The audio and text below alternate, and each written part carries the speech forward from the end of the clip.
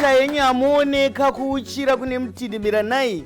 Tinokutendai vadiwa vatariri nevateereri nekutimirira muchirongwa Mike Samba Show, chirongwa chinopa upenyu, muchirongwa matinoremekedza kusiyana kwemaonero nemafungiro asi takabatika nezvatinenge tichitaura.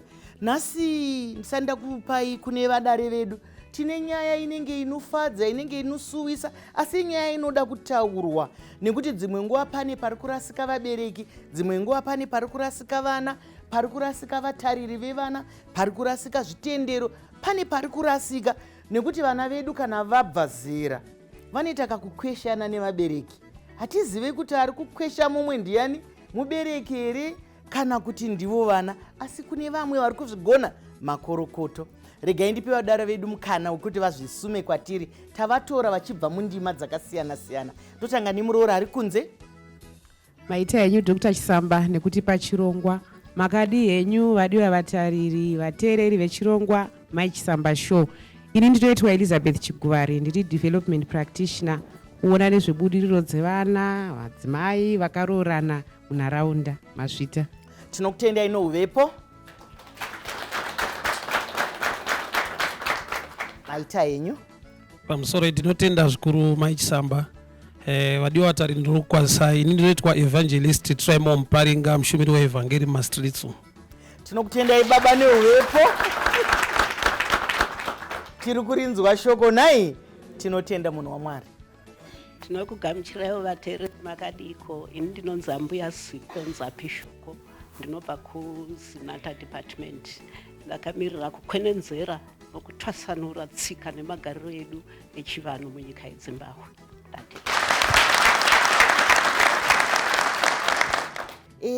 Regai nditange nekudare kuno, ndikutanga nemibaba Muparinga. Imi mungafunge kuti vanhu chii chinozonetsa kana zviri zvidiki ukachiti mhanya nemvura ukachibata apa, asi kana chanoti chii chiri kuitika?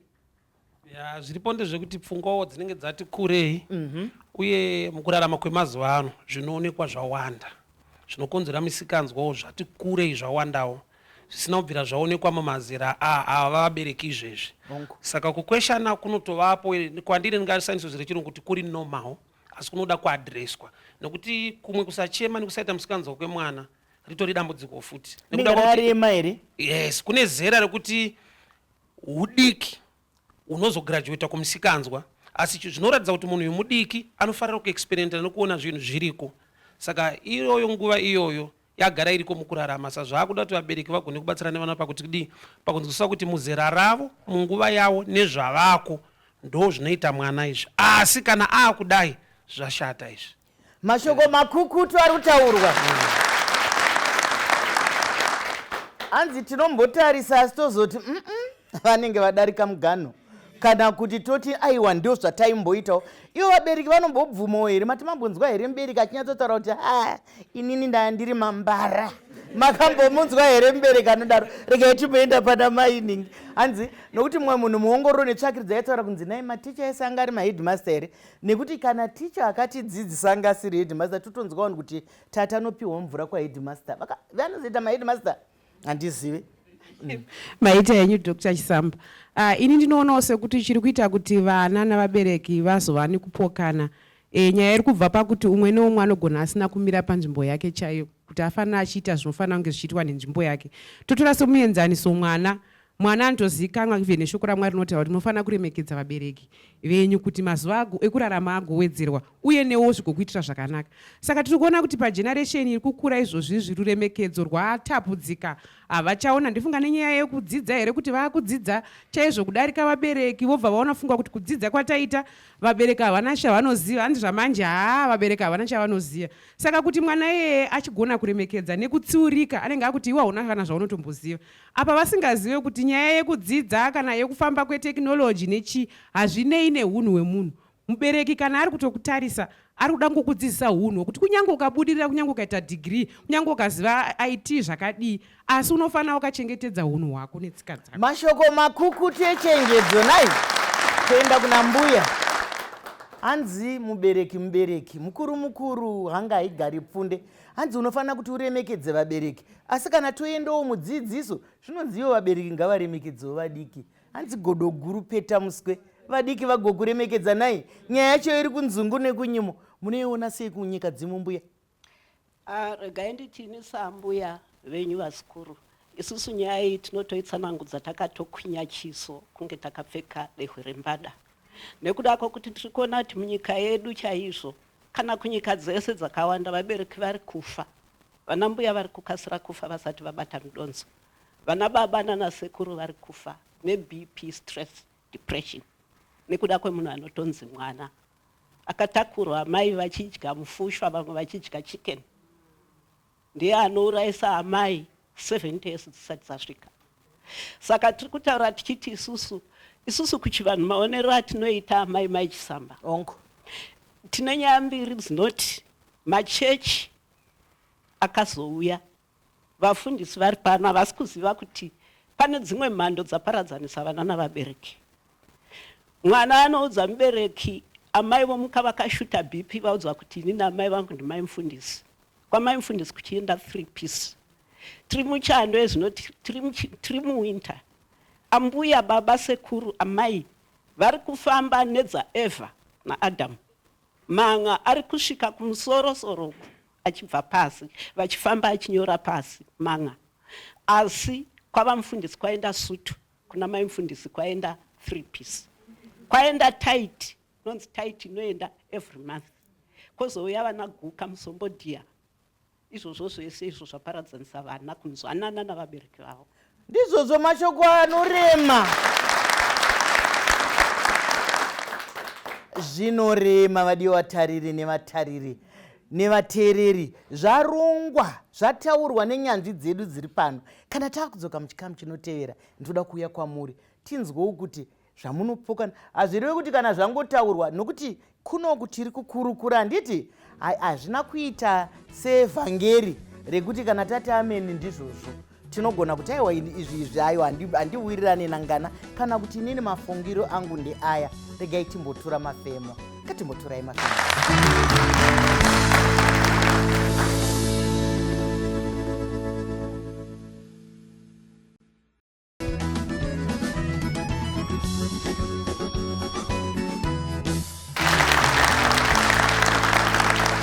Vadikane, nyatsodekarai zvenyu tirambe tichitandadzana. Nyaya iri pano chikurura majasi. Ndiri kuuya pauri mukwasha wangu. Ukiiona sei? Asi kunoku basa redu nderekungokurudzira kutaurwa kwemitauro yedu yese iri 16 asi kachirungu kangobudawo zvako tozongokasiya asi tiri mumutauro yanamai.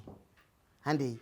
Ndinotenda Mai Chisamba. Ini maonero angu ndeyekuti paya mwana achikura anotarisira kuneni mubereki.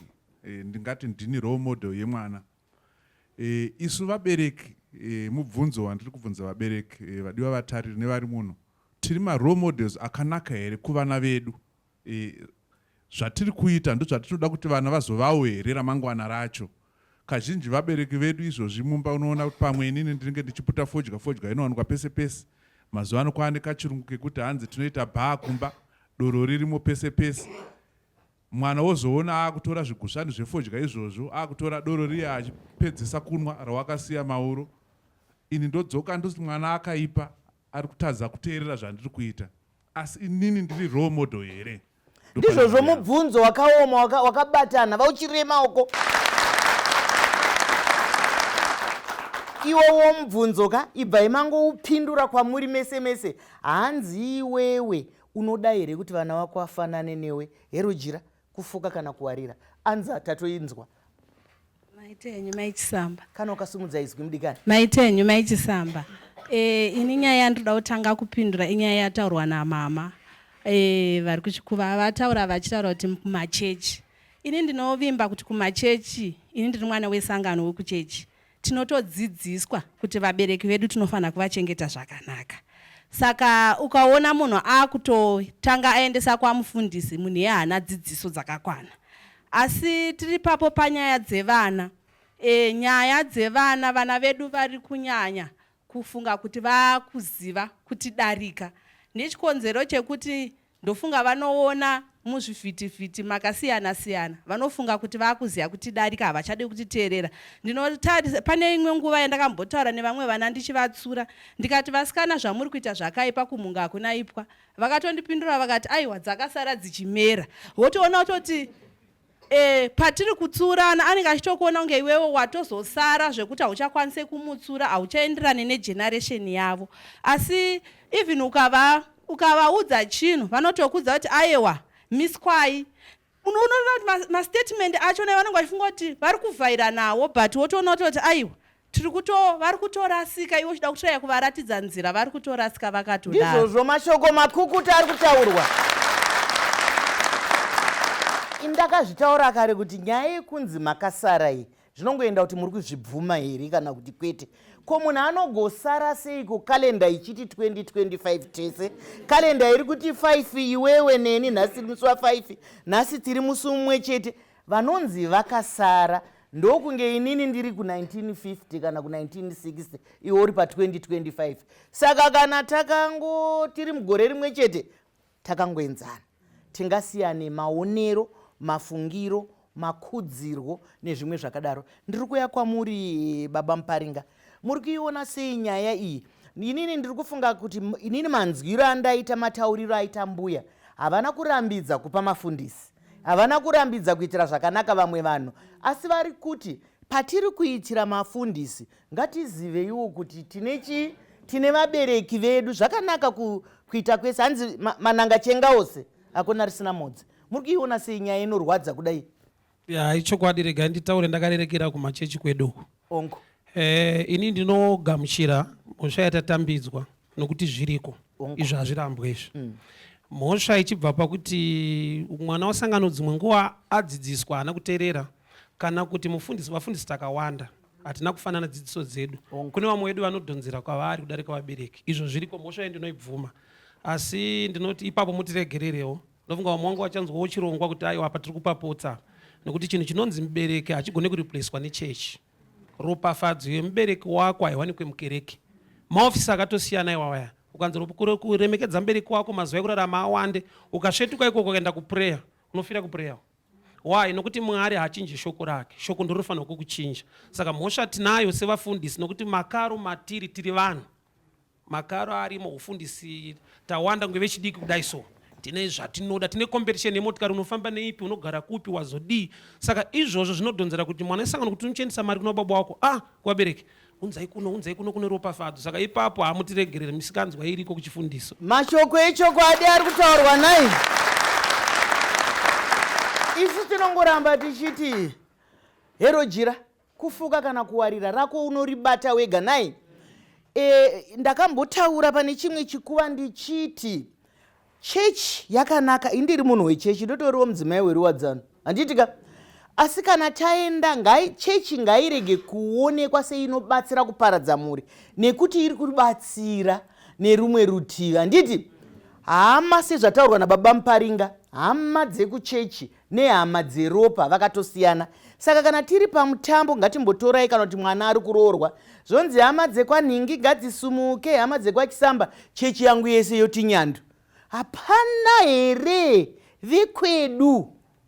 Saka kana zviri zvokuchechi ngatitaurei kuti hama dzekuchechi, ma-MC ngavatinzwe zvatiri kutaura. Hama dzekuchechi ngadzisumuke, hama dzamai ngadzisumuke, hama dzababa. Ivo vekuchechi kana vaona pasina hama ngavazouya kuzobvunza kuti kumuri kuzvifambisa sei. Ndomboya pamuri mukwasha wangu. Dautena Maitsamba. Pamwe pacho ndinoona sekuti vabereki tine dambudziko pavana. Pekuti tinopa zita mwana raambuya. Mwana akunzi Rebecca. Anenge apiwa rakanaka. Kunonzi musaro wembuya, musaro wemwana. Saka mwana achikura, mwana akangoita semushina wemazuva ano, anoprogramwa mupfungwa dzake. Ndiri amai panapa kana kuti ndiri ambuya panapa. Saka anoita zvaanoda. Haagoni kukondroleka mwana iyeye. Saka time yamunozoda kumukondrola akura anotanga kunonetsa mwana iyeye. Saka totaka kuita dambudziko nevana ivavo. Ndizvozvo regai tiikande kuna mbuya tinzwe. Pauchiremaoko. Asi munoziva kuti kudika dzimwe nguva muroora abereka mwana nemurume wake, ambuya vanobva vati ndinoda kupa mwana zita, ngaapiwe zita rangu, pamwe rimwe rabva ranzi kwakati. Kana tadzoka muchikamu chinotevera, mbuya vachatibatsira nenyaya yemazita. Izvo zvakambonaka here? Ko kana zvakanaka zvakanakirei? Kana zvakaipa zvakaipirei? Kana ambuya vacho vachinzi Rebheka ndivo vega vanonzi Rebheka here? Ko kana ndafunga umwe Rebheka wandakaona paterevhizheni, ngatisangane muchikamu chinotevera.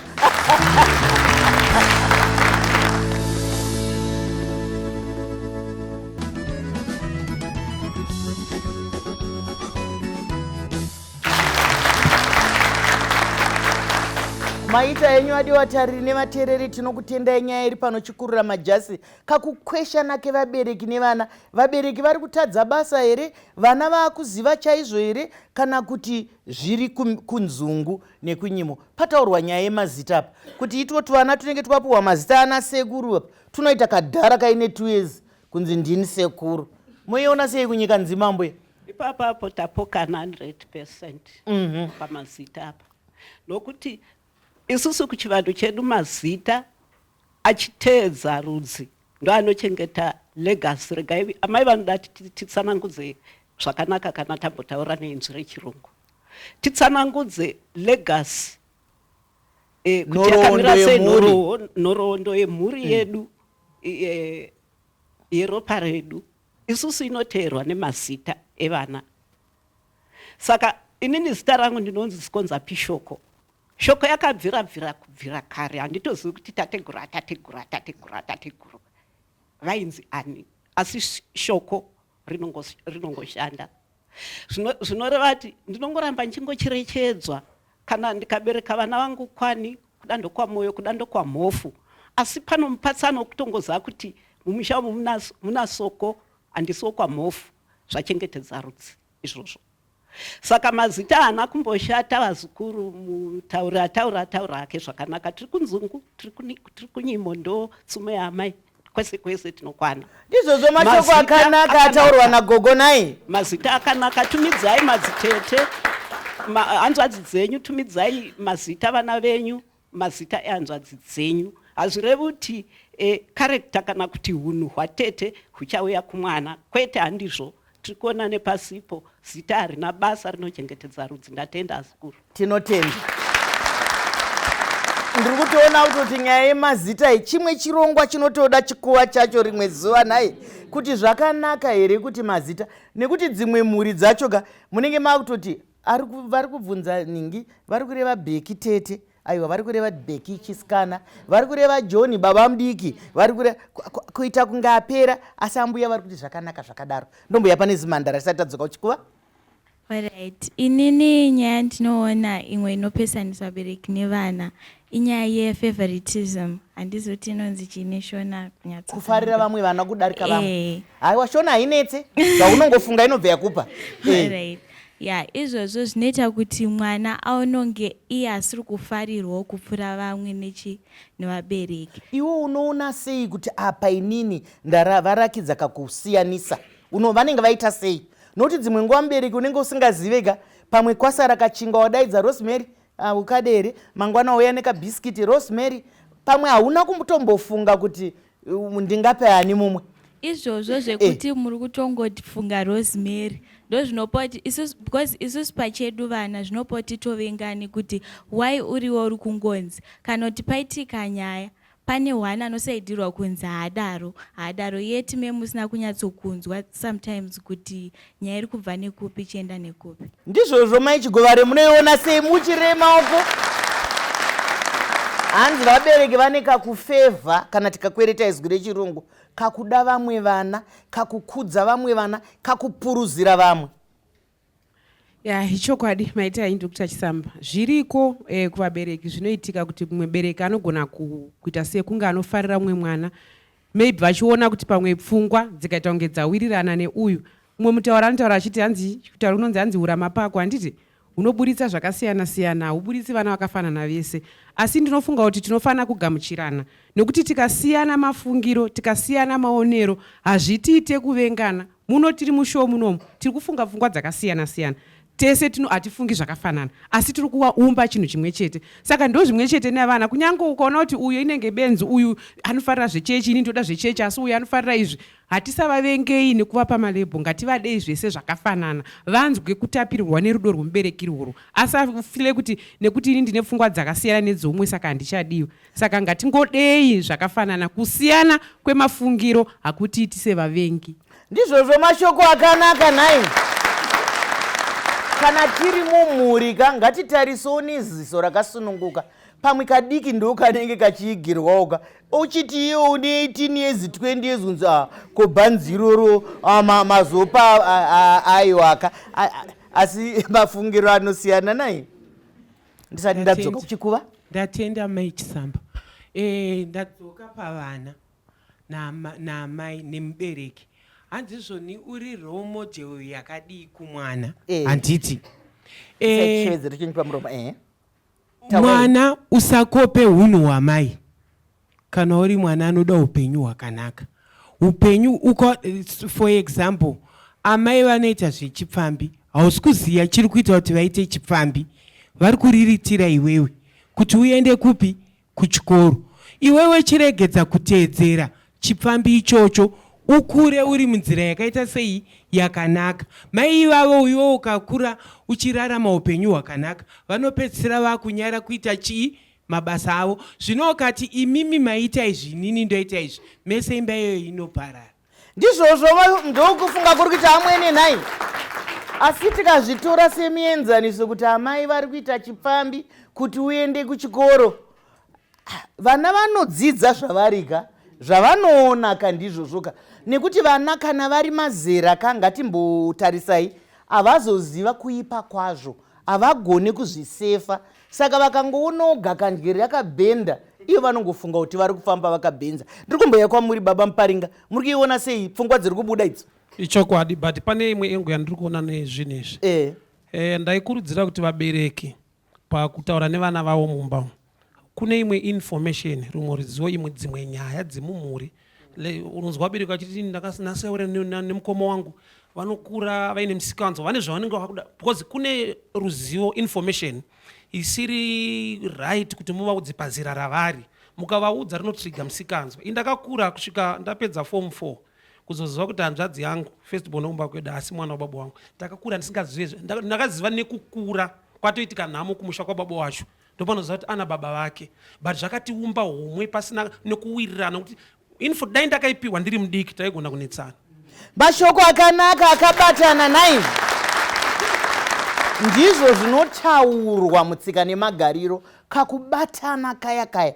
Nekuti kana tikaenda kubhuku rechitendero indogara nchibvunza vanhu kuti unonzwa vanhu mazano vachinzi this is my stepfather, this is my step brother, isusu kutsika nemagariro hatina step. Handitika hatina step. Munhu vakuchengeta baba, amai vakuchengeta ndo wava kuti step. Jesu zvaakagara naJosefa, makambonzwa mubhaibheri makanyorwa kuti Jesu achitaura kuti Joseph is my stepfather. Saka tiri kuzvikupa kupi? Tiri kuzvikopa kupi? Hande yamwene pamusoro yamai Chisamba tinotenda nemukana uno. Chimwe chinhu chinoita kuti vabereki nevana vasawirirane, isu vabereki tinogona kupa peer pressure kune vana vedu chaivo, kucompetition. Mwana wopa next door aita zvakati ichitoitawo, mwana aenda kuchikoro, munhu nemunhu nyangwe apasa kunyangwe afoira, ane zvaanokwanisa kuita. Handingati mwana wangu akafoira angaende pane macourses ekuti mwana kana asina kupasa haakwanise kuenda. Asi isu vana vabereki tinogara takungonetsa mwana, hona mwana wamai nhinga akapasa akuita chakati azodii. Ngatimukurudzirei wapasa asi une mabasa emaoko aunofanira kuita. Imwe peer pressure inobva kune isu vabereki zvokuti mwana anozorwadziwa otipindura zvisiri izvo. Ndizvozvo chaizvo zvisaurwa naamwene kuti nini kana ndaida kuita gweta mwana anochibata, dai wanga waita gweta, dai wanga waita gweta. Asi hazvititadzise sevabereki kukurudzira vana, kukurudzira nekuyambira. Ngatizvipei mutsaukoka. ndosaka vana vacho ivo dzimwe nguva kungotutumara ukamutaura kuti aiwa una hauna kupasa zvakanaka nzoo nekuti mwana wopa next door akapasa. Aiwaka ngatiramba tichiitirana zvakanaka. Vadikani munoziva kana tichiita nyaya idzodzika tinombodzizorora kuti nhai regai tienderere mberi svondo rinouya kwesvondo rinoka aiwa tomboita setagonya pano asi svondo rinouya tinoisumudza zvakare nyaya iyoyo muzvikamu zvinotevera. Ndinonyu Dr. Rebecca Chisamba.